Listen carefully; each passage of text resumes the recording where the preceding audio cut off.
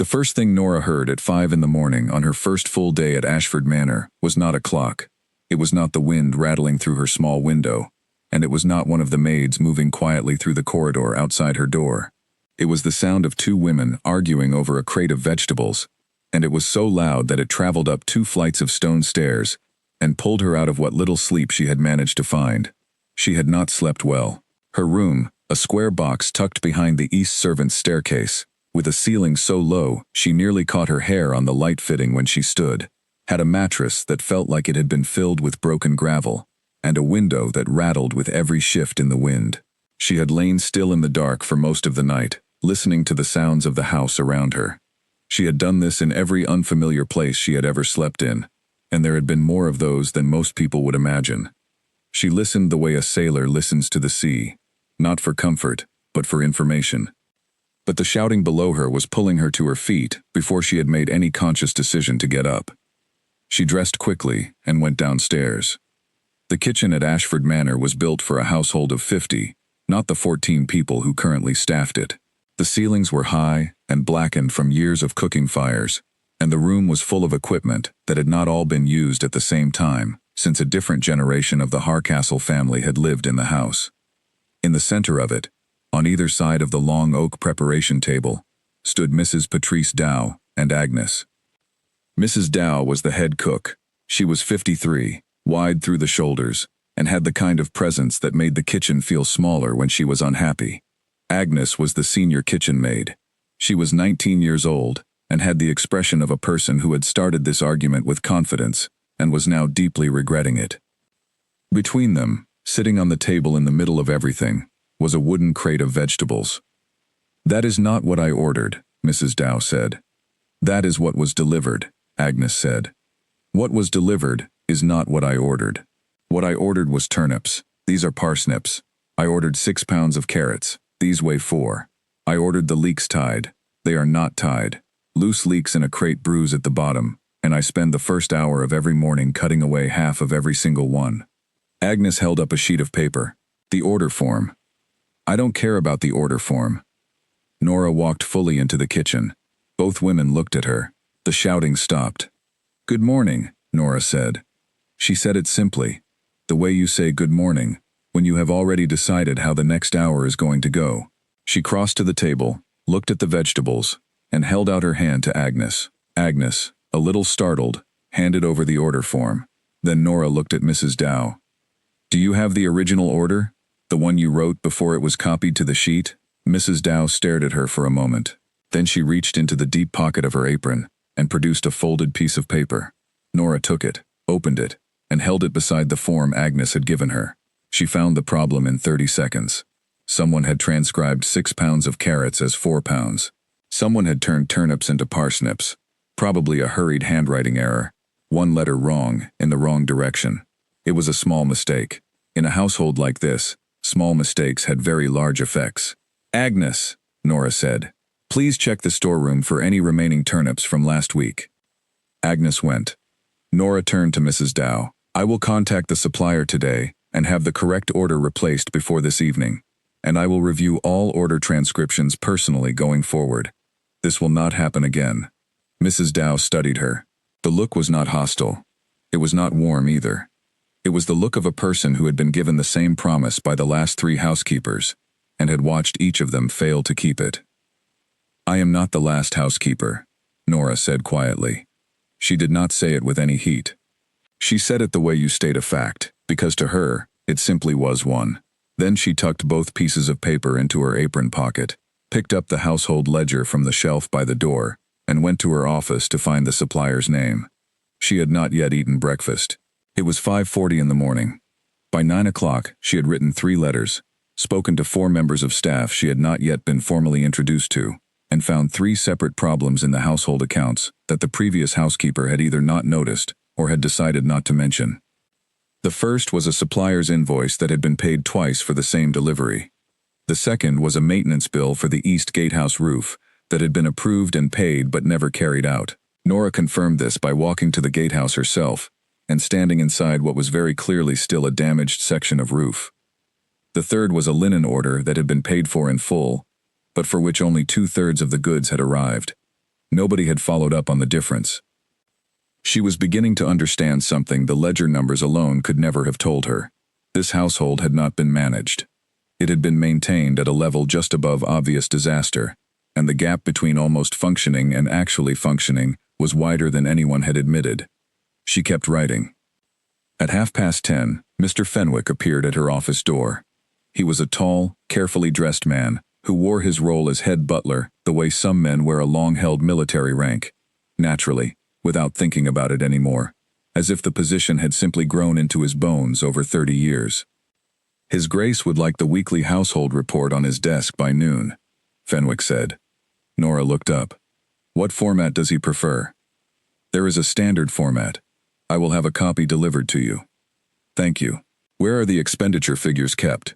Daily ledger or a separate record? Both, Fenwick said. She had already been through both. The report will be on his desk at noon, she said. Fenwick nodded. He turned to leave. Then, without quite turning back, he does not like to be kept waiting. Understood, Nora said, and kept writing. She submitted the report at 11:53, 7 minutes early. She did not know that Edmund Harcastle set down his reading when it arrived, noted the time, opened the cover, and read the first page twice. The previous housekeeper's reports had been careful documents, full of soft language designed to smooth over difficulties, rather than name them. This report named them. It listed 6 identified problems, ordered by urgency, with a proposed action beside each one. It was the kind of document a person writes when they are not afraid of the truth, and when they assume the person reading it is not afraid of it either. He read all 4 pages. He did not say anything about it. But he read it again that evening. The afternoon brought the second crisis of her first full day. Lord Henley was expected at 4 o'clock. He was an important guest, a man of considerable influence and very specific expectations, and one who had the habit of writing letters of complaint to his hosts after visits he found unsatisfactory. Fenwick had made this clear to Nora the previous afternoon, in a tone that communicated she needed to treat the man's arrival as a matter of the highest priority. The blue bedroom was where Lord Henley always stayed. At 1:30, Ruth, the head laundrymaid, appeared in Nora's doorway. The blue bedroom is not ready, Ruth said. Nora looked up. Lord Henley arrives at 4. Yes. It is 1:30. Yes. What happened? The mattress rotation, scheduled for that morning, had gone ahead as planned. But when the 2 housemaids had moved the bed frame, they had found a crack in the floorboard beneath the carpet. A long split along the grain of the wood that Mr. Breyer, the maintenance man, said had been there for some time. The carpet had been pulled back partway to inspect it, which meant the room was now halfway between set and dismantled, and Breyer was downstairs saying the board needed work before the carpet could be properly replaced. Nora was out of her chair before Ruth finished speaking. She stood in the blue bedroom and looked at the crack for exactly 12 seconds. She asked Mr. Breyer 2 questions: whether the crack was structural, which it was not, and whether a temporary brace from below would hold it safely for 1 night, which it would. She told him he had 40 minutes. Then she turned to Clara Brent, the head housemaid, who had followed her up. As soon as Mr. Breyer is done, you and I will reset this room together, Nora said. We have until 3:45. That is enough time. Clara stared at her. You, yourself? Yes, Nora said. I know how to make a bed. At 3:47, Lord Henley's carriage came through the main gate. The blue bedroom was ready. The carpet lay flat. The bed was made with a precision that Clara would later tell Dorothy was the finest she had seen at the manor in the 3 years she had worked there. The fire was lit. The washing water was fresh and warm. Nora did not go up to greet the guest. That was Fenwick's role. She went back to her office, sat down, looked at her list, and drew a line through 2 items. Then she wrote 3 more. She ate dinner alone in the staff dining room at 7, when the rest of the household had already cleared out. Whatever was left from the kitchen, plain and warm and enough, she thought while she ate, about the 14 people she was responsible for, about which problems would grow worse without intervention, and which ones would settle with time. She had always been able to hold many things in her mind at once, without them tangling together. It was possibly the most useful thing about her. She did not think about the Duke's prediction. She had not been told about it, and even if she had been, it would not have changed what she was doing. She had spent her entire adult life in situations where being underestimated was simply the starting position. She had learned a long time ago that the only response to that kind of thinking that was ever worth making was the work itself. She washed her own plate and went back to her desk. It was midnight when she stopped. She looked at her list. She had crossed off 11 things. She had added 14 more. She went to bed and slept better than the night before, which was not saying much, but was still an improvement. At 5 o'clock the next morning, she was up and walking the house again. She walked it from the wine cellar to the attic rooms, from the kitchen entrance to the east gatehouse, for 45 minutes. She was not inspecting the work of the staff. She was learning the building, the way you can only learn a building by being inside it when it is quiet, feeling where the cold air moved, listening to which pipes were noisy and which were silent, noting the patches of damp that appeared on certain walls in the early morning and were gone by midday. She was memorizing Ashford Manor the way she had memorized her family's boarding house in Yorkshire, and every house she had been responsible for since, completely, from the inside out. When she came back to the kitchen, Mrs. Dow had arrived and was lighting the stove. Nora put the draft order for the following week's deliveries on the table. "Would you check it," she said, "and let me know what needs changing?" Mrs. Dow sat down. She read in silence for a moment. 12 pounds of carrots, she said. "You use 6 in an average week," Nora said. "I doubled the order. If the supplier shortchanges us again, we still have enough." Mrs. Dow looked at the rest of the list. She picked up the pen on the table, made 2 small marks, pushed the paper back. "The potatoes need to say Maris Piper, or they will send whatever they have in stock," she said. "I will add it now," Nora said, and did. Mrs. Dow went back to the stove. She did not say thank you, and she did not say anything else. But she handled the pots without slamming them, which, Nora had already worked out, was the closest thing to approval that Mrs. Patrice Dow had in her vocabulary. Good enough, Nora thought. She went back to her office to continue the work. The trouble with Percy Holme was that he had been right too many times. Percy was the head footman at Ashford Manor, 41 years old, precise in dress, precise in movement, and precise in his memory of every mistake anyone around him had ever made. He had worked at the manor for 16 years, long enough to have seen 4 housekeepers come and go, and he had outlasted all of them, in the way that certain people outlast their opponents, not through any particular excellence, but through persistence, and the very effective use of institutional knowledge as a form of power. He was not unkind. Nora would think about this later and recognize it as important. Percy was not cruel or malicious in the way that made a person easy to confront. He was correct. He quoted the rules correctly. He followed the protocols correctly. He pointed out errors in others correctly, and in the presence of the people most likely to draw negative conclusions from those errors.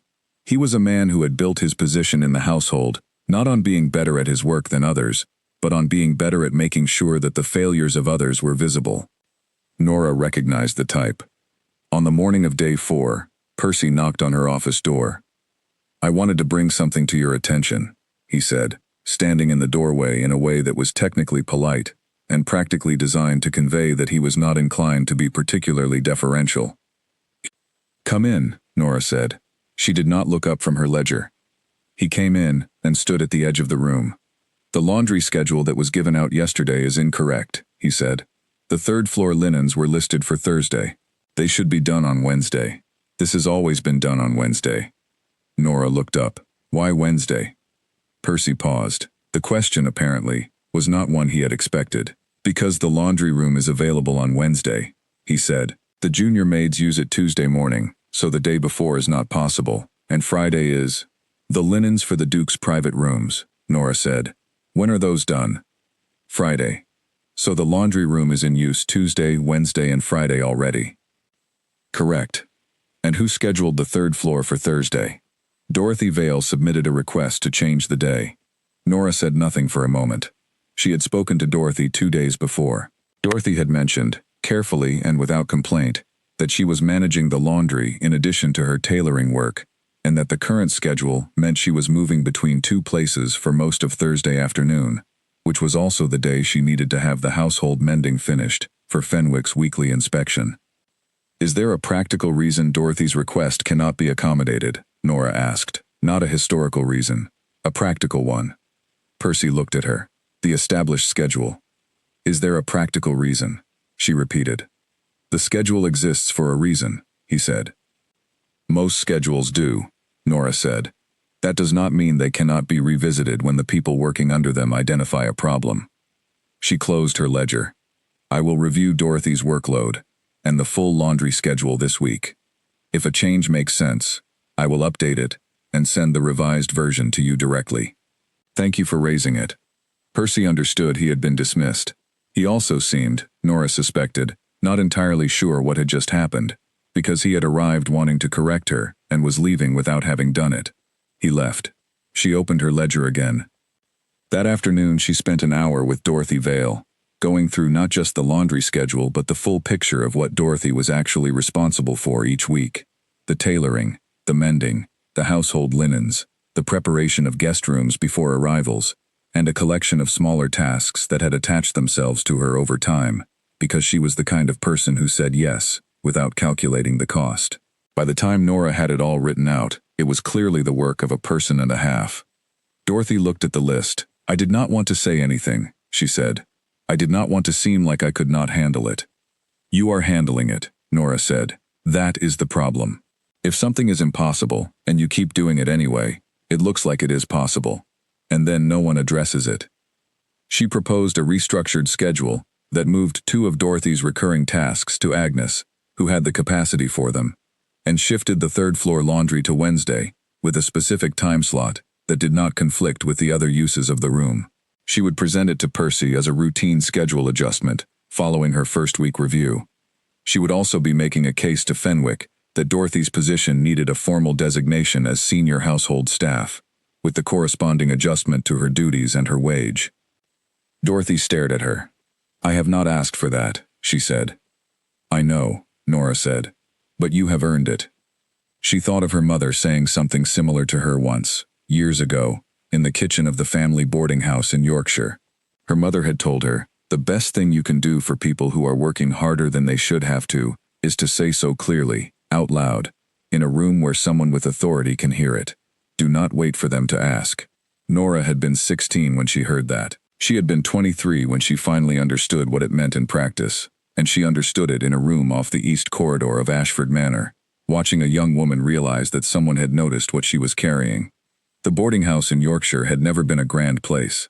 It had been her father's before he died, when Nora was 12, and it had passed to her mother, who had managed it alone until she could not anymore. And then it had passed by necessity to Nora, because her 2 younger brothers were in school, and her mother's health had begun to decline in the quiet, incremental way that serious illness sometimes does. Not suddenly, but gradually, pulling back the edges of a person's capacity, until one day you realize the center is gone. Nora had been managing tenants since she was 16.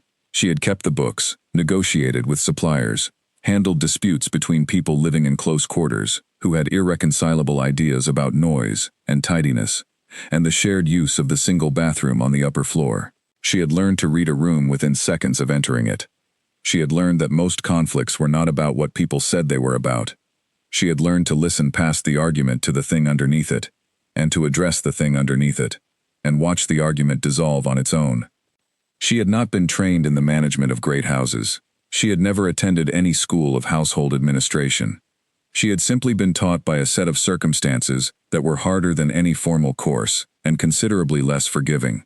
She had graduated not with a certificate, but with a set of instincts so sharp they had become second nature, and a capacity for work that most people, seeing it from the outside, quietly found unsettling. She was thinking about Yorkshire when the knock came at her office door at 3:30. It was Fenwick. His Grace would like a word, he said. Nora put down her pen. Now? If it is convenient, Fenwick said.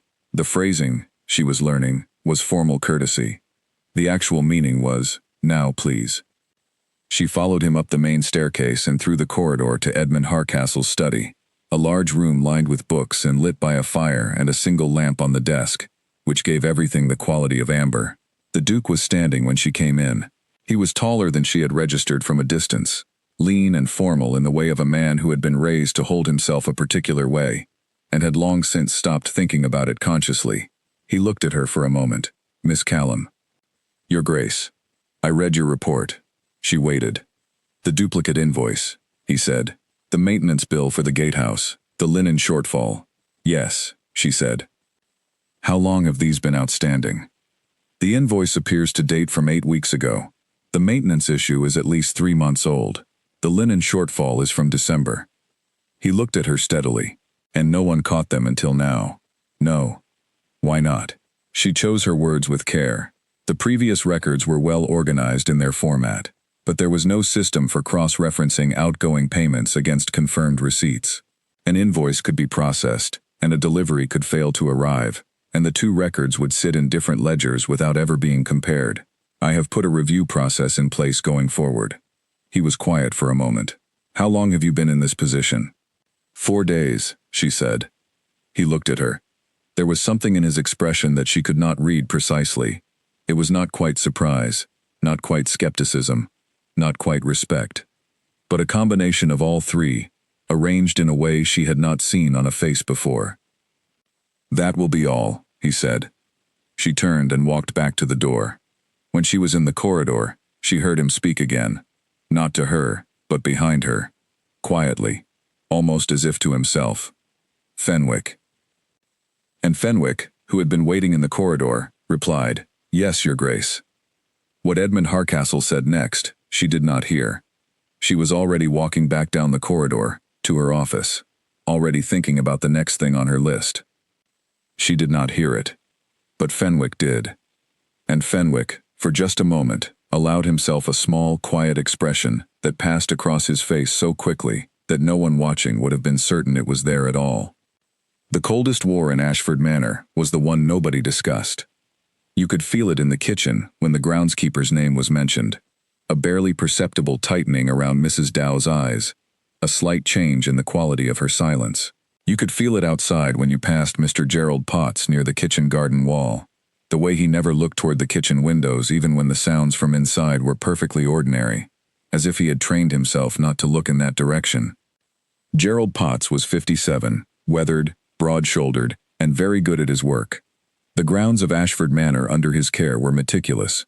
The hedges squared, the lawns even, the kitchen garden producing at a level of quality that required sustained skill and careful attention. He had been head groundskeeper for 12 years.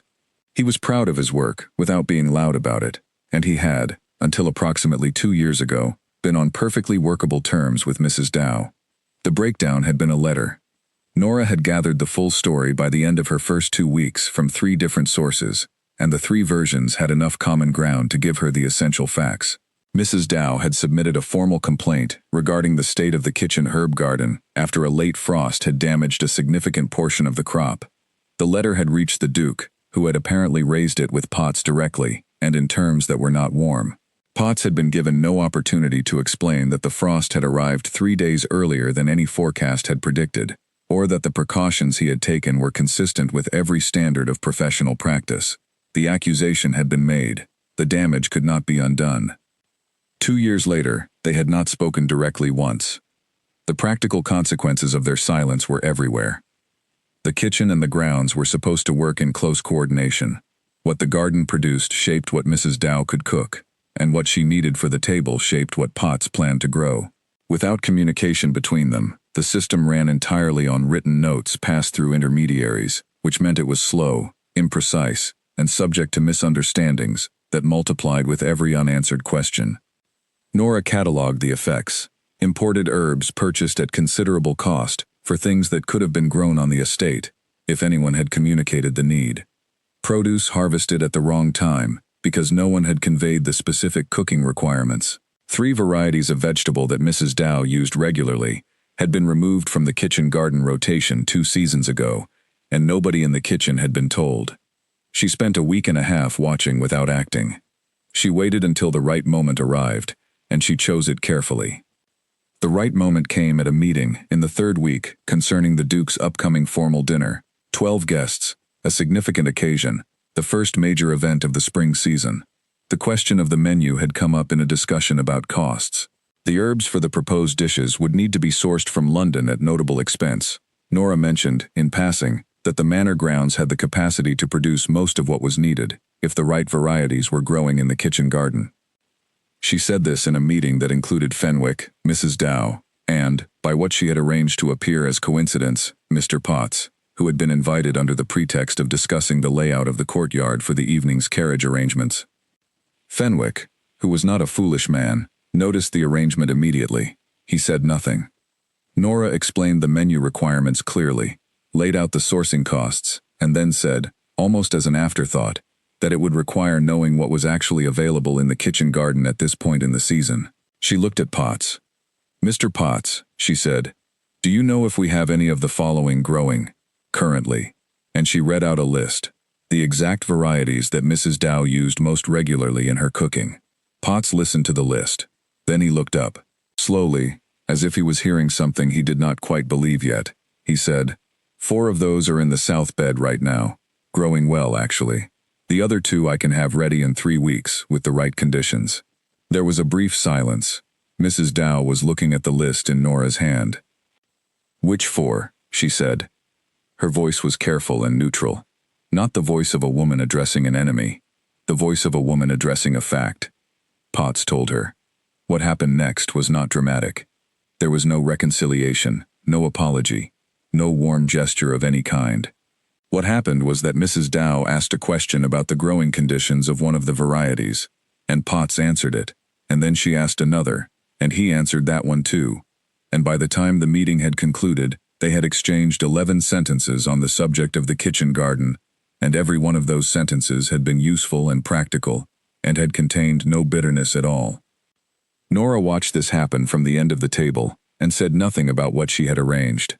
She let it exist as a conversation about herbs and dinner and spring planting, and when the meeting ended, she thanked everyone for their time, and moved to the next item. Fenwick walked beside her out of the room. "That was neatly done," he said, very quietly. "The herbs will save about 14 pounds on the dinner," she said, and walked on.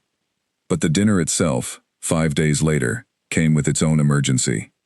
The 12 guests arrived over a period of 40 minutes, longer than expected because 2 carriages had come up the wrong approach road and required redirecting. The delay shifted the timing of the first course. Mrs. Dow had planned to a precise schedule, and the disruption threw the kitchen into an accelerated pace. In the rush, the wrong sauce went out with the fish. Not wrong for the fish itself, wrong for Lord Allingham specifically, a guest who had a documented intolerance to mustard, which the alternate sauce contained, and who had provided this information in writing when the invitation was confirmed. Clara caught it before the plate reached the dining room. She intercepted the footman at the service door, checked the plate against the guest list she had been given, because Nora had attached a dietary note beside every guest's name, a thing that had never been done before at the manor, as far as Clara could recall, and sent the plate back with enough time to prepare the correct sauce. Lord Allingham never knew anything had approached his place setting that should not have. He complimented the cook. After the last carriage had gone, and the kitchen was clean, and the household had settled to quiet, Nora went downstairs. Mrs. Dow was sitting at the preparation table with a cup of tea, and the expression of a person whose strength had just run out all at once. Nora sat down across from her. "Clara was fast tonight," Nora said. "She was," Mrs. Dow said. "The kitchen staff recovered in 3 minutes. That is exceptional. They are capable people," Mrs. Dow said. The fierceness in it was not directed at Nora. It was directed at the air, at the general atmosphere of a household, in which the kitchen staff's capability had often been measured only by its failures rather than by its recoveries. "I know they are," Nora said.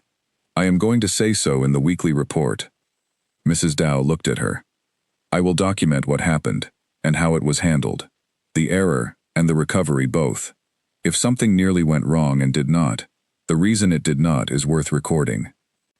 Mrs. Dow was quiet for a long moment. The previous housekeeper's reports never mentioned the kitchen, except when there was a complaint, she said. "I know," Nora said. "That changes." Mrs. Dow picked up her cup.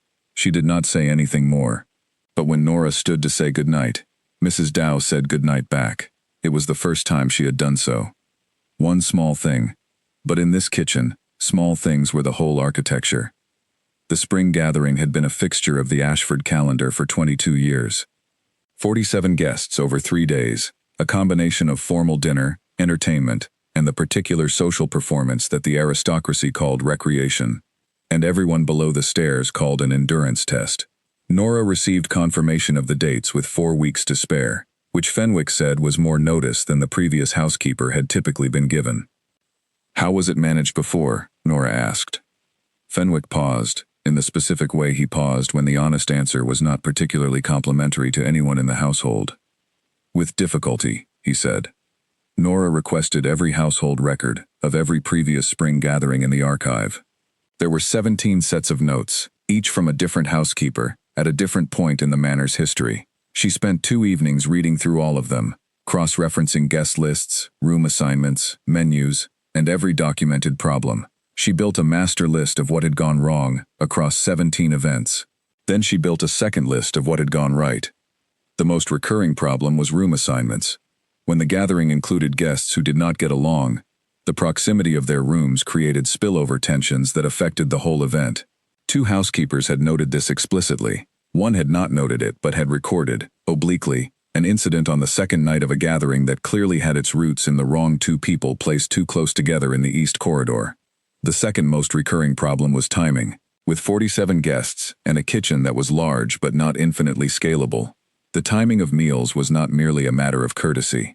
It was a question of whether Mrs. Dow had a chance to recover between services, whether the dining room staff had time to reset, and whether the household could sustain 3 days of high-output performance without anyone collapsing.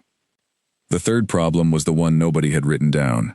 The staff were never given the full picture of who was coming until very close to the event, which meant they were always preparing for a gathering they did not fully understand. She resolved to change all 3. She started with the guest list.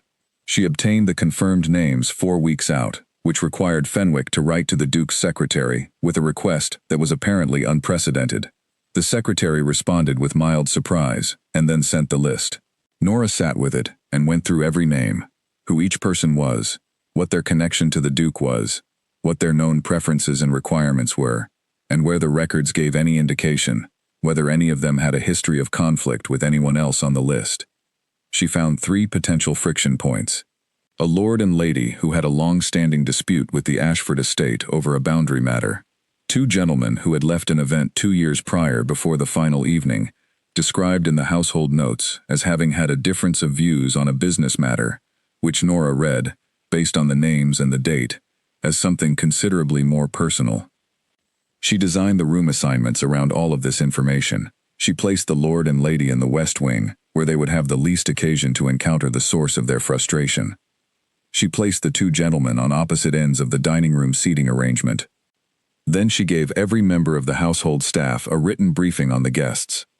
It was the first time in anyone's memory that the staff had received this kind of information before an event, rather than a hurried summary on the morning of the first day. Clara read hers twice. Dorothy read hers and asked if she could keep it. William Hatch read his, and looked up at Nora with an expression she had not seen on him before. The expression of a person who feels prepared, which is entirely different from the expression of a person who is simply not yet panicking. Percy received his briefing sheet and read it without expression.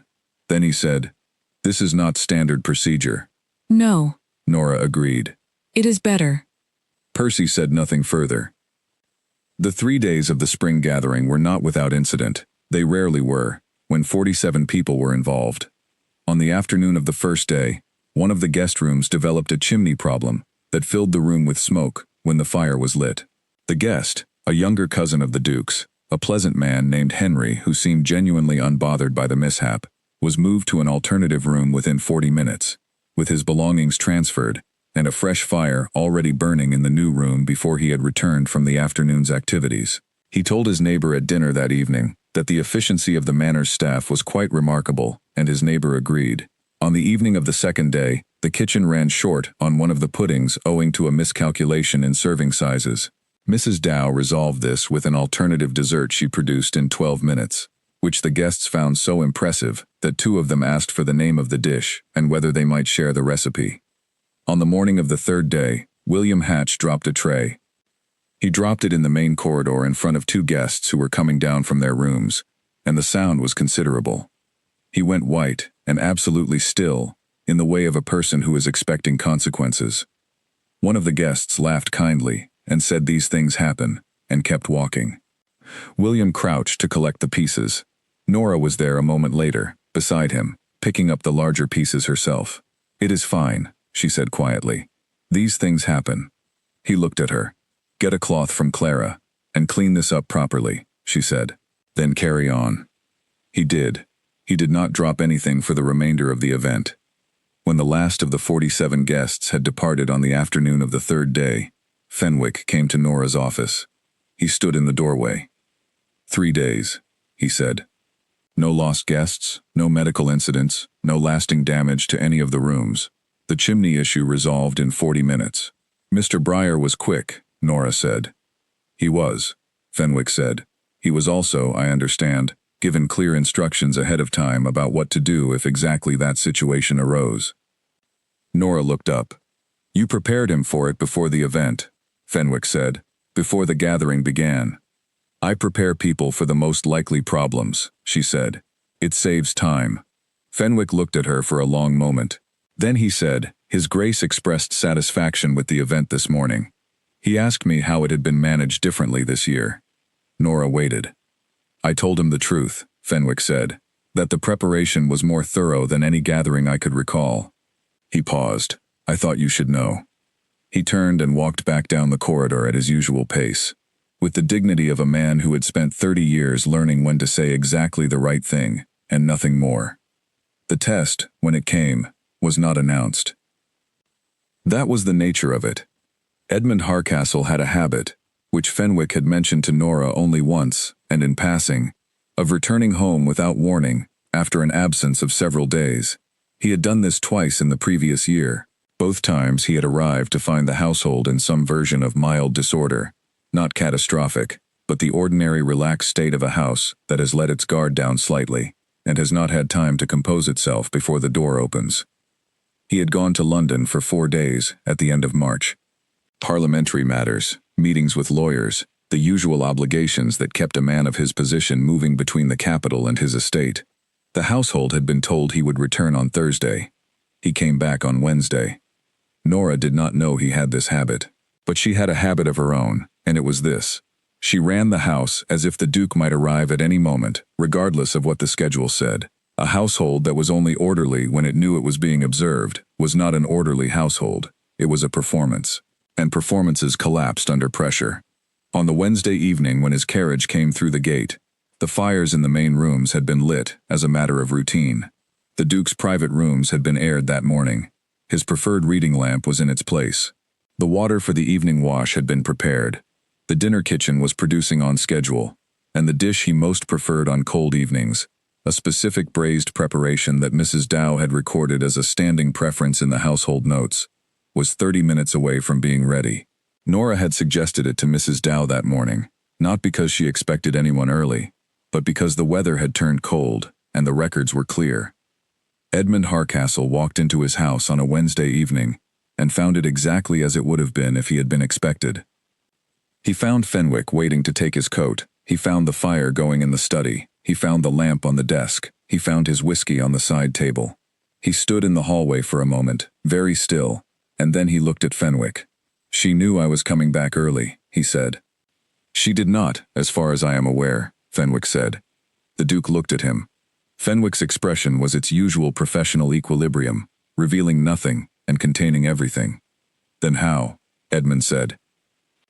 Miss Callum runs the household on the assumption that you may arrive at any time, Fenwick said. She has done so since her first week. She considers it the only practical standard. The Duke looked around the hallway for another moment. Then he said, Tell Miss Callum, I would like to speak with her in the study in 30 minutes. Nora arrived at the study at the appointed time, knocked twice, and entered when she was told to. The fire had been going long enough to have warmed the room through. The Duke was standing by the window with his whiskey, looking out at the night. He turned when she came in. You did not know I was coming back tonight, he said. It was not exactly a question. No, she said. Then explain the house. She held his gaze steadily. The house is maintained to the same standard every evening, she said. Your preferences are documented. The weather this week warranted the fire. The dinner was selected this morning, based on the season and your recorded tastes. None of it was in anticipation of your return specifically. He studied her. None of it. It would have been prepared the same way on a night when you were confirmed to be in London, she said. Because the standard does not change depending on whether I know you are watching. There was a silence. The fire moved in the grate. Outside, the wind was picking up. Where did you work before this? He said. She told him. Not the full history. Not her family or the years in Yorkshire or her mother's illness. Those were not the facts he was asking about. She told him the professional version. The boarding house. The experience managing a household without formal training. Why she had applied for this position when she saw the notice. He listened, without interrupting. When she finished, he was quiet for a moment. You applied for this position despite the fact that every previous housekeeper left within 2 months, he said. Yes. Why? She thought about how to say this truthfully, without being either dramatic or falsely modest. Because the problems described in the notice sounded like problems I knew how to fix, she said. He looked at her again with that expression she had seen before, the one that combined appraisal with something else, something she still could not fully name. He turned back to the window. That will be all, he said. She left. In the corridor, she stood for a moment and took a breath that was steadier than the moment required. She had said what was true. She was not in the habit of performing herself for anyone, and she was not about to start. She went back to her office and continued the work. What she did not see was Edmund Hardcastle turning from the window after she had gone and looking at the closed door for a long moment before he set down his glass. He was a man with precise ideas about what he wanted from the people who managed his house. He had precise ideas about most things. He had been told, by more than one person across the years, that his precision was not easy to live alongside, and he had received this information and stored it, and not changed very much as a result. He was not cruel. He was not unreasonable. He was simply a man with high standards and limited patience for people who did not meet them, which in his experience was most people. He was not, at this particular moment, sure what to do with the fact that he had just met someone who appeared to meet them without appearing to try. Lady Helena Hardcastle arrived on a Tuesday, in late April, with a small personal staff, 2 trunks, a hat that required its own separate conveyance, and a reputation that preceded her with the reliability of a weather warning. She was the Duke's younger sister by 4 years, and she occupied in the world of Ashford Manor a role that no one had formally defined, but everyone understood. She was the person against whom every visiting member of staff was tested. Not deliberately, not with any cruelty. Lady Helena did not think of herself as difficult. She thought of herself as someone with high standards, living in a world that frequently failed to meet them. The difference in perspective, as the previous 3 housekeepers had discovered at varying cost to their composure, was considerable. Her requirements were specific. The temperature of her room had to be a particular kind of warmth, not too close to the fire, not too far from it. Her afternoon tea had to arrive at precisely 4 o'clock, with a particular type of biscuit that was not commonly stocked. She preferred her bed made in a specific fashion, not the standard method of the household, but the method of the house she had grown up in as a child. She liked to have a specific French soap in her washing basin, a brand that was not easy to source outside of London. She liked the curtains in her room, drawn at a precise angle, that let in the afternoon light without causing a glare on her reading chair. None of these requirements were unreasonable. All of them were specific. The difficulty was not the requirements themselves. The difficulty was that Lady Helena had never communicated them directly to any housekeeper, because she assumed that any competent person in that role would have discovered them already through research and preparation. The previous housekeepers had not discovered them. They had been informed of them upon Helena's arrival, in tones that communicated clearly how disappointed she was to have to say them aloud. Nora spent the 2 weeks before Lady Helena's arrival, gathering information from every available source. She asked Fenwick, who gave her the formal outline. She read every household record that mentioned Lady Helena's visits going back 12 years. She wrote a letter, carefully worded, genuinely courteous, to Lady Helena's personal secretary in London, explaining that she was new to her position and wished to ensure the guest's visit was arranged to exactly her preferences, and asking if the secretary could provide any guidance on specifics. The secretary, presumably accustomed to housekeepers who did not ask until after things had already gone wrong, wrote back with a list that covered 2 full pages. Nora read the list 4 times. She made notes. She sourced the French soap from a London supplier that Mr. Breyer, who had a surprisingly wide network of contacts built over his many decades in service, helped her identify. She found the specific biscuits through Agnes, who had worked briefly at another house where they had been stocked regularly, and knew exactly the supplier. She had the curtains in the guest room adjusted to the precise angle noted in the secretary's letter. She briefed the housemaid, who would be managing Lady Helena's room on every preference, gave her a written summary to keep, and walked through the room herself the morning before the arrival. The room was precisely right. Lady Helena arrived at 2 in the afternoon. Fenwick brought her upstairs. She opened the door to her room, walked in, and stopped. She stood in the middle of the room and looked at it for a moment. She crossed to the window and looked at the curtain. She went to the washing basin and looked at the soap. She went to the small side table and looked at the biscuits, which had been laid out on a plate beside the tea things, in anticipation of the 4 o'clock service. She picked up the soap. She held it for a long time. Then she set it down and turned around. Fenwick was still in the doorway. "Where is the new housekeeper?" Lady Helena said. Nora was in the corridor below, going over the evening arrangements. When the message came from Fenwick, she went upstairs calmly and entered the room without any of the hesitation that Helena's reputation had prompted in others. "Miss Callum," Lady Helena said, without preamble, "how did you find out about the soap?"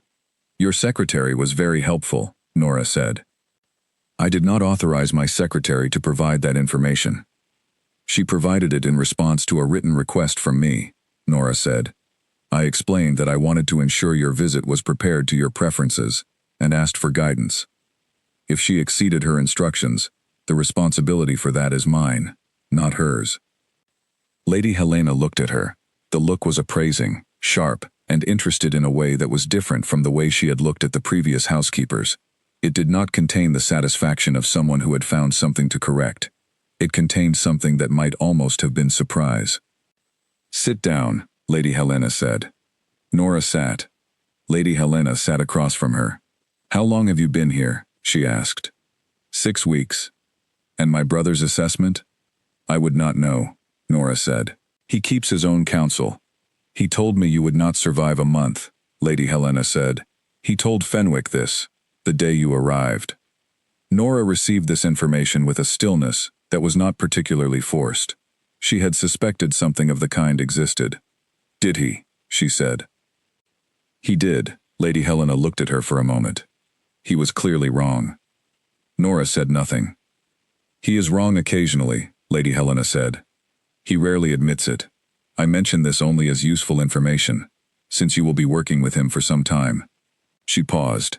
"If you manage to last, which now appears somewhat more likely than it did when I last visited." "When did you last visit?" Nora asked. "February. The housekeeper then was a woman named Mrs. Forrest. She resigned 2 weeks after I left. I am told I was partially responsible." "Were you?" Nora said. Lady Helena considered. "I told her, in specific terms, what she was doing wrong. She found this unwelcome." "Was she doing things wrong?" A pause. "Several things." "Yes." "Then the information was accurate," Nora said. "Just perhaps not delivered in the way she was able to hear it." Lady Helena looked at her with an expression that had moved fully into something Nora recognized as respect. Not warm or effusive, but real. The kind of respect a precise person has for another precise person who turns out to be more interesting than expected. "You are not easy to ruffle," Lady Helena said. "I have managed difficult people for several years," Nora said. "I do not mean that as a comment about you specifically." "And yet it applies," Lady Helena said, with the faintest possibility of something that might have been humor at the corner of her mouth. "I am aware of my reputation, Miss Callum. I have always found it more useful to be exactly who I am than to soften it for the comfort of others." "I can work with that," Nora said. And she could. The 3 days of Lady Helena's visit proceeded with a smooth efficiency that had not characterized any of her previous recent stays. The room was always exactly as she needed it. The tea came at 4, every day, with the right biscuits and the right temperature. The bath was drawn at the right time. A specific book she had requested, a volume from the Manor's library that 2 previous housekeepers had failed to locate, was found by Nora through a conversation with Mr. Breyer, who had shelved it in the wrong section years ago and still remembered doing it. On the evening of the second day, Helena dined privately with her brother. When Fenwick came to clear the dessert service, he heard a fragment of their conversation through the partially open dining room door before he knocked. Lady Helena's voice, saying, "She is different from the others," and Edmund's voice, saying, after a brief pause, "Yes." Fenwick knocked, and entered, and revealed nothing of what he had heard. It was not his place. But in 30 years of service he had learned to notice which conversations a house remembered, and which ones shaped what came next. This one, he thought, was the latter kind. The situation with George Finch happened on a Wednesday in early May. George was 20 years old, the junior footman, enthusiastic in the way of a person who has not yet learned to ration his energy, and earnest, in a way that was both his greatest quality and his greatest vulnerability. He had been at the manor for 8 months. He was good with the guests, attentive without being intrusive, which was harder to teach than most people realized, and he was good with the horses in the stable yard, which was not technically his role, but which he helped with on quiet afternoons, because the head groom had noticed his comfort around them, and quietly welcomed the extra pair of hands. He had also, on this particular Wednesday, made a mistake. The mistake involved a crystal decanter. It was not just any piece. It was part of a set that had belonged to the Duke's grandfather, kept in the dining room cabinet, and brought out only for formal occasions. George had been assigned to polish the formal glassware in preparation for an upcoming dinner. He had done this once before without incident. This time, he had placed the decanter on the edge of the cabinet while reaching for the polishing cloth, and the decanter had tipped. He caught it before it fell to the floor. But in catching it, he had cracked it. A clean diagonal fracture across the base, barely visible without close inspection, but unmistakably there. The kind of crack that would fail under pressure, under the heat of liquor poured into it at a formal event, or simply under time and ordinary use. The decanter was part of a set that could no longer be sourced. There was no current equivalent. It was, in the formal sense, irreplaceable. Percy found out at 4 o'clock that afternoon. He came to Nora's office at 4:15. "There has been an incident with the formal crystal," he said. His tone was precise and careful in the way of a person who is delivering information they have decided is very important. Nora listened to the full account. "Where is George now?" she said. "I sent him to his room," Percy said. "Per standard procedure following damage to household property of this category, the matter should be reported to His Grace, and the staff member held responsible should be—" "Thank you, Percy," Nora said. "I will take it from here." Percy looked at her. "Standard procedure. Has been noted," she said. "I will handle it." He left. She went to find George. He was sitting on the edge of his narrow bed in the footman's quarters, still in his work clothes, with the look of a person who has spent an hour imagining the worst possible outcome and has concluded it is probably accurate. When Nora knocked and came in, he stood up immediately. "I know what I did," he said. "I am not going to say I did not." "Good," she said. She sat down on the wooden chair by the window. He remained standing. "Tell me exactly what happened." He told her. He did not minimize it. He told her about the polishing, about the decanter on the edge, about the catch, about the crack. He told her he had wanted to come to her immediately, and had instead spent 30 minutes trying to determine whether the damage was severe enough to matter, before deciding it was, and going to Percy, because he had not been certain whether he should come to her directly. "Why did you not come to me directly?" she asked. "I did not know if I was allowed," he said. She held that for a moment. "You are always allowed to come to me directly," she said. "That is why I am here." He nodded. He was very still. Nora thought about what she was about to do, and about the weight of it. Standard procedure in a household of this kind was clear. Damage to an irreplaceable item of this value was a matter that went to the employer. The staff member responsible faced formal consequences, in most cases, immediate dismissal without a written reference, which in practical terms ended their ability to find work in any reputable establishment. It was not a gentle system. George Finch had a mother in Derbyshire who had been widowed 2 years ago. He had a younger sister still in school. He had been sending money home every month since his first week at the manor, and Nora knew this because she had, in the course of her thorough review of the staff in her first weeks, quietly learned the personal circumstances of every person in the household. She had believed then, as she believed now, that you could not manage people well if you did not know what they were carrying when they came to work each morning. She also knew, because she had been paying close attention, that George was not a careless person. She had watched him work for weeks. He was, in his ordinary hours, more careful than most of the more experienced staff. He had made one mistake in 8 months. One. She sat in his room for a few more minutes. Then she went back to her office and stayed there for an hour. What she produced in that hour was a document. It detailed the incident fully and accurately. It documented that the damage had occurred during a standard cleaning task, that the item had been placed in a position that created an instability risk, and that the positioning was consistent with a gap in the training provided to junior footmen regarding the handling of irreplaceable crystal specifically. A gap she could confirm had not been addressed in any of the training records she had inherited. It documented that the incident was recoverable in practical terms. The dinner for which the decanter was intended could be served with an alternative piece from the secondary set, which was of comparable quality, even if it did not share the same provenance. It documented a proposed resolution, a formal written record of the incident, a mandatory training session for all footmen covering the specific handling of formal crystal, and a supervisory observation period for the staff member involved. It did not propose dismissal. She took the document to Fenwick. She presented it in his office and explained what had happened and what she proposed. She told him she was taking partial supervisory responsibility for the gap in training that had contributed to the incident, because she had inherited the previous housekeeper's training program and had not yet fully reviewed or updated it. Fenwick read the document carefully. He looked at her over the paper. "This is not standard procedure," he said. "No," she agreed. "It is more thorough." A pause. "You understand what you are doing?" "Yes," she said. "And you are prepared to defend this position if it is questioned?" "I am." Fenwick looked at the document again. Then he set it down. "Your judgment as head of household staff is within your authority in this matter," he said. "I will present it to His Grace, if the situation requires it." She went to find George and tell him the outcome. She delivered it the way she delivered most things, plainly, without any performance. She told him what had been documented, what the consequences were, and what the training session would cover. She told him that this was the end of the matter as far as she was concerned. One mistake handled properly was not a pattern, and she was not going to treat it as one. He listened. When she finished, he was quiet for a moment. "Thank you," he said. 2 words.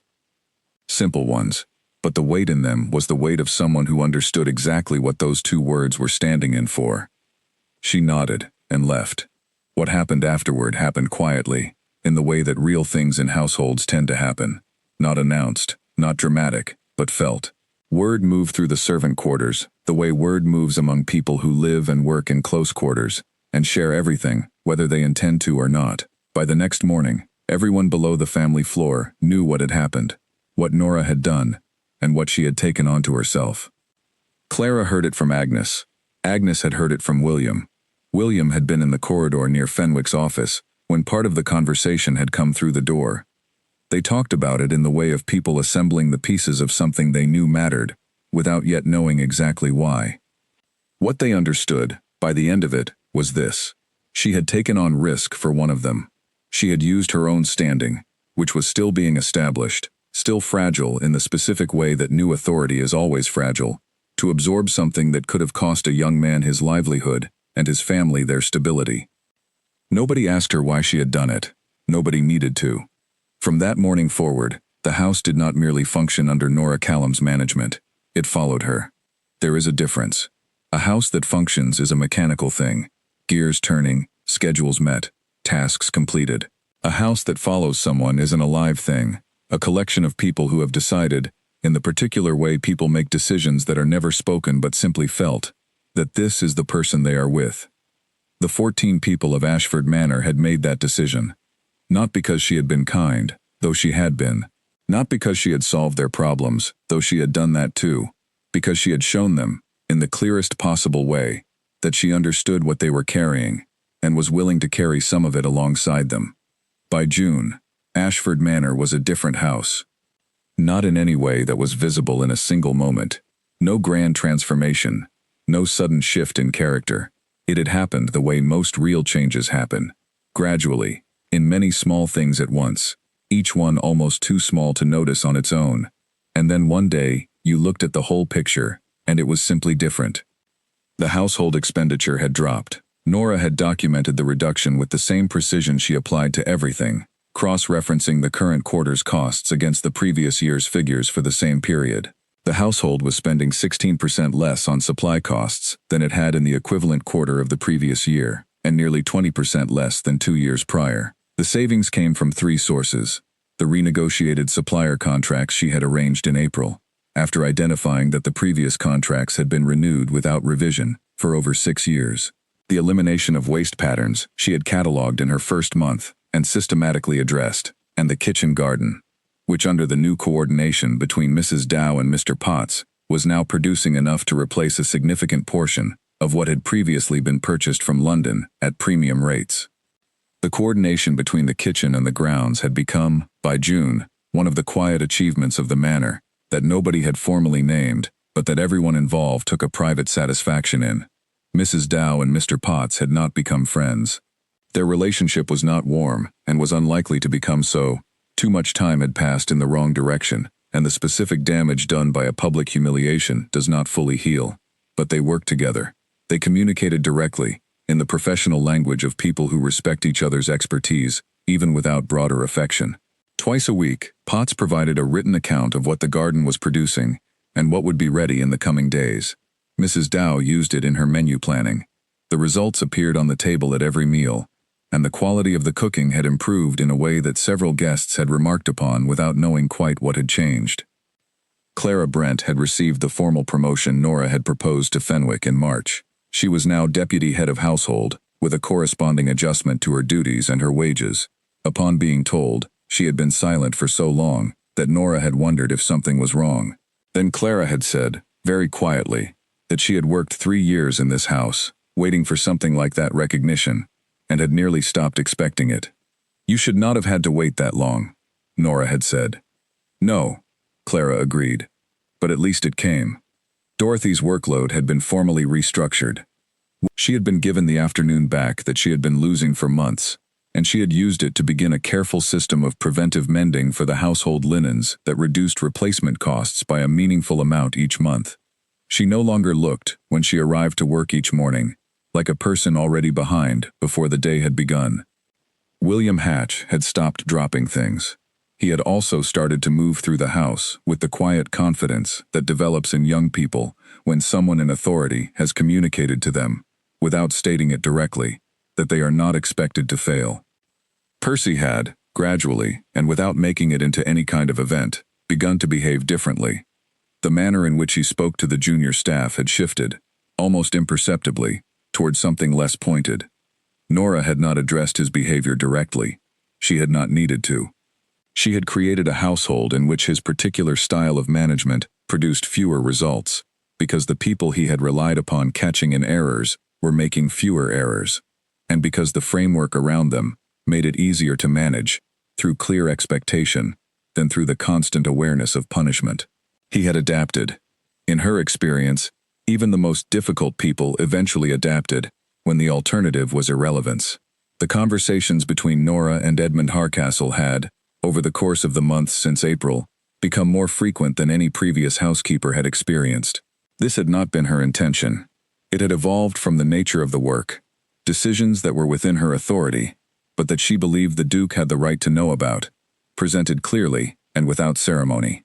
He received information the way he did most things, directly, with attention, and without wasting her time. In a house built on ceremony, with elaborate rituals for even the simplest exchanges, his directness was, she had come to realize, genuinely unusual. She was coming to understand something about him that the household records and the staff commentary had not captured. He was not a cold man, he was a private one. There was a difference. A cold man does not feel strongly about things. A private man feels strongly but has learned, or decided, or been shaped by experience into deciding, that his feelings are not for general distribution. Edmund Hardcastle ran a complex estate, managed a wide set of obligations, and did all of it with a precision that matched, she thought, her own. His problems were larger in scale, and his resources considerably greater. But the fundamental work, making a complex system of people and relationships and practical needs function as it should, was the same work she had been doing since she was 16 years old. She thought about this sometimes in the evening, after the house had gone quiet. She thought about it the way she thought about most things that she had not yet fully worked out, quietly, without forcing a conclusion, letting it settle on its own terms.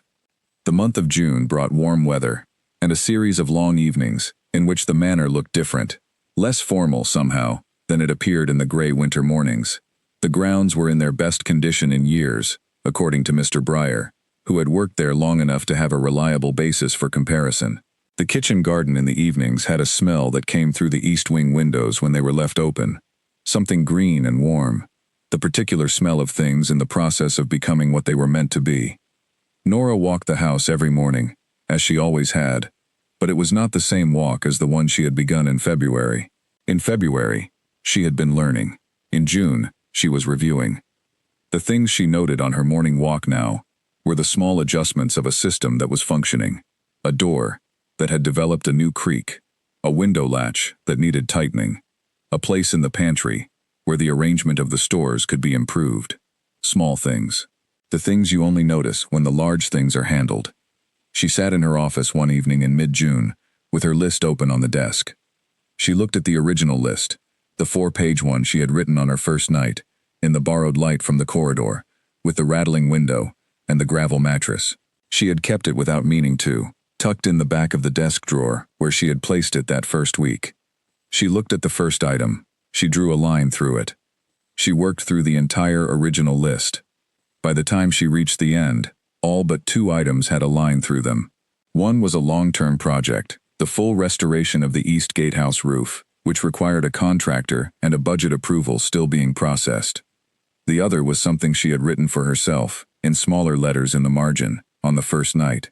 She looked at it for a long moment. Understand what this place actually needs.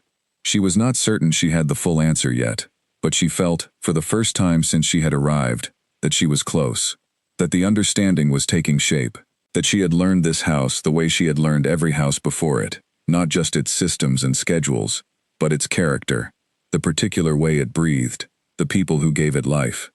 She closed the list. She picked up her pen and started the current week's report. On the last evening of July, Edmund Harcastle stood at the upstairs window of his study and looked out at the grounds. It was a warm evening, the kind of evening that July in the English countryside occasionally produced, as if the whole landscape had decided to be generous for a few hours. The light on the lawn was long and golden. The kitchen garden below the east wall was full and green. The hedges were squared. The gravel of the main approach lay even and well kept in the last of the sun. He had a letter in his hand. His sister had written it. Helena wrote to him occasionally, not frequently, because their relationship operated mostly in the space between words, had always been like that. 2 people who understood each other clearly, and communicated in the way of people who do not need to state the obvious, because it is obvious. She wrote when she had something particular to say, and her letters were never long and were always direct. This one was 3 paragraphs. The first paragraph was about a personal matter he had already known about. The second paragraph was about a property question he had expected her to raise. The third paragraph was about Nora. He had read the third paragraph 4 times. Helena had written, "You were wrong about the girl. I told you so in April, but I will say it in writing now in case you require a permanent record. She is not merely competent. She understands the work in the way that most people in service positions do not. Not as a set of tasks to be completed, but as a human system to be maintained. I would suggest that you recognize this before she decides she could do better elsewhere. She probably could." He put the letter on the desk. Then he picked it up and read the paragraph again. Fenwick came in at 8:30 with the evening correspondence, a small stack of letters and 2 formal documents requiring a response. He set them on the desk in the order he always organized them, and turned to go. "Fenwick," the Duke said. "Your Grace." Edmund was looking at the window again. He had his hands in his pockets, which was unusual. He was not typically a man who stood that way. "In February," he said, when she arrived. "Yes, Your Grace." "I said she would not survive a month. You did. I was wrong." Fenwick waited. He had learned, in 30 years, that when Edmund Hardcastle said something like this, there was usually more to follow, and the more was often the part that mattered. "More than wrong," Edmund said. He turned from the window. His expression was the expression of a man who has been working something out for several months and has arrived at a conclusion. I did not understand what I was looking at. Fenwick said nothing. His face maintained its usual professional steadiness, which was the expression of a man who keeps his own opinions where they belong, inside himself, until they are asked for. "She has changed this house," Edmund said. "Yes, Your Grace." "Not the way housekeepers change houses." A pause. "No, Your Grace. The people are different." He said it the way you say something you have been observing for a long time and have now decided to say aloud.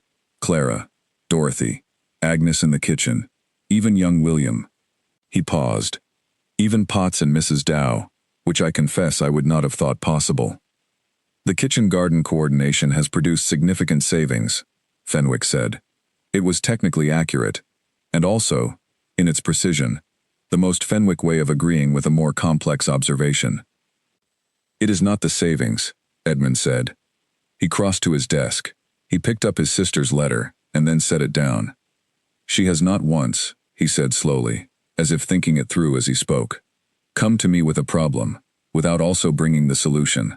She has not once told me something was impossible. She has not once, in 5 months, made the work about herself." Fenwick considered. "That is accurate," he said. "Do you know how long it has been since I worked with someone like that?" Fenwick did know. He knew precisely. "Since Mr. Carton," he said, "the former estate manager, who retired 4 years ago." 4 years, Edmund said. "Yes."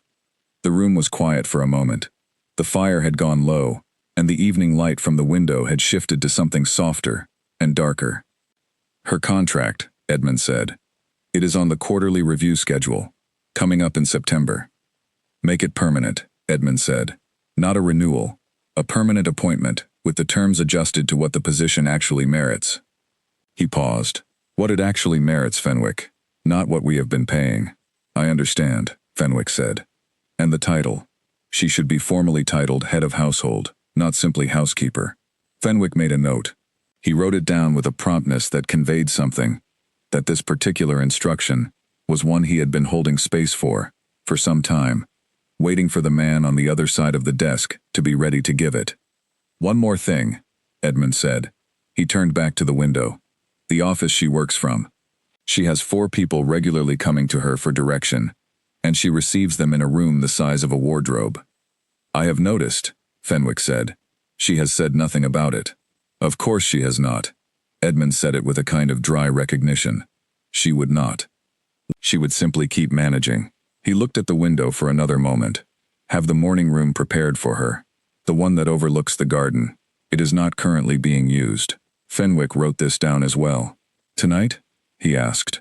"Tomorrow morning," Edmund said. "Before she starts her rounds." Fenwick bowed and went out. In the corridor, he walked at his usual pace, measured, unhurried. He had spent 31 years walking these corridors, and he had long since stopped thinking of the distance as long or short. It simply was what it was. He thought about the morning in February when Nora Callum had walked up the gravel path in the rain, with her battered trunk held shut with a leather belt. He thought about the Duke's expression at the upstairs window. He thought about what Edmund had said, and about the very specific quality of certainty in it. The certainty of a man who had seen many people arrive at that gate and many people leave through it, and who had developed over time a kind of knowing that was not unkind, but was also rarely wrong. Except that it had been wrong, completely and specifically wrong, in a way that was, Fenwick thought, rather remarkable. He had known, on that first morning, that it was wrong.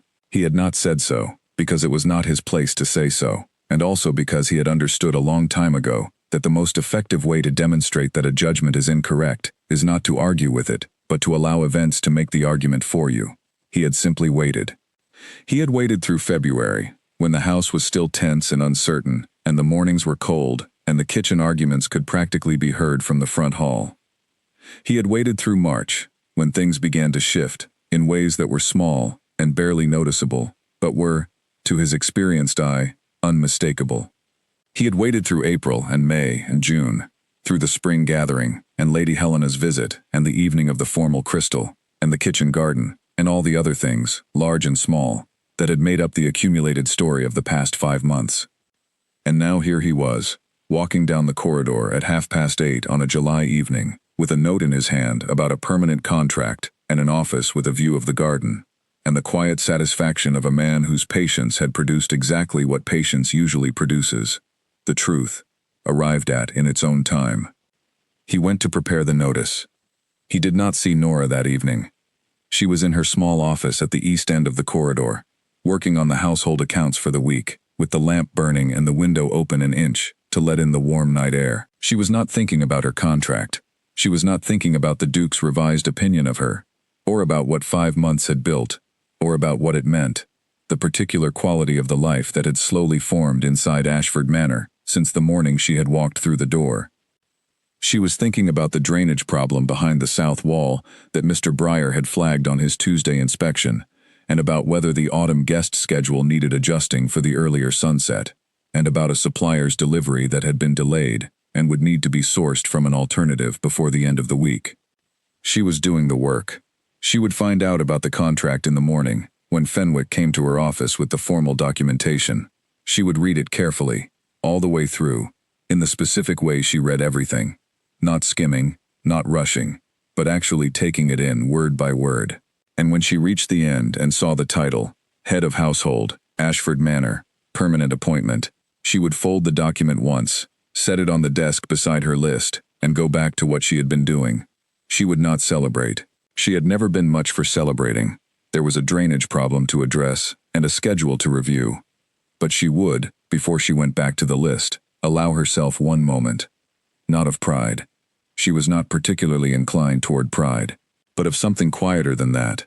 The specific feeling of a person who has done the thing they came to do, who has built the thing they set out to build, and who knows, with the steady and unhurried certainty of someone who has been working toward it across a long and difficult stretch of time, that it is real, that it is good, that it is going to hold. She would put the letter in the back of the desk drawer, where the original 4-page list still lived, the one she had written on her first night, with the borrowed light from the corridor, and the rattling window, and the mattress she had made her peace with. She would look, just for a moment, at the last item on that list, understand what this place actually needs, and she would draw a line through it. Then she would pick up her pen, and she would begin the next list.